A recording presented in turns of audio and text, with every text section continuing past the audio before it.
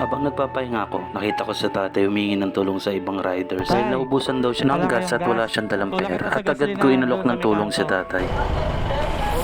Nadaanan ko si tatay, nagtutulak eh. Tulak si tatay. Ano pala kayo? Eagles? Eagles pala kayo, fraternar. Oo. Ayun ba? Ay, hindi po. Sige po.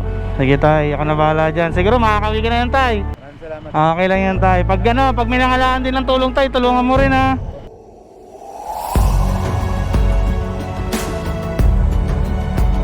Ito yung mga tol.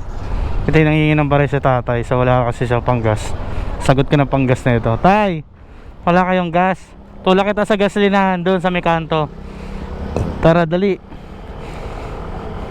Tara. Ikot ka lang tay. Saan ka ba nauwi yan?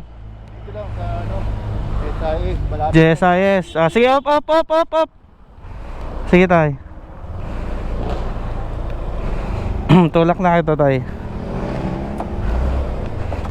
Ay, pumayag din natin.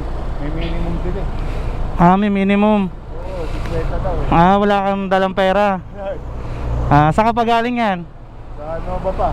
Nababayan. Sige. Sa ano ba kayo? Diyan papunta akong Project 8. Hanggang saan ka pa sana magtutulak? Sa project eh. Project 8 din. Problema ka, wala akong pera. Okay lang yan tay. Dumadaan din ako sa ganyan dati. Thank you. Naantay ka na ano mo. Hindi, okay lang tay. Sige, mabait naman yung pasahero ko eh. Importante matulungan kita tay. Salamat sa'yo ha. Tsaka medyo may edad na kayo mabigat itulak tong motor. Dari, dito na lang ako. Wala na. Sige, ako nang bahala. Pasok natin doon. Salamat. Sige tay, sige, sakay ka lang. Sige. Sige.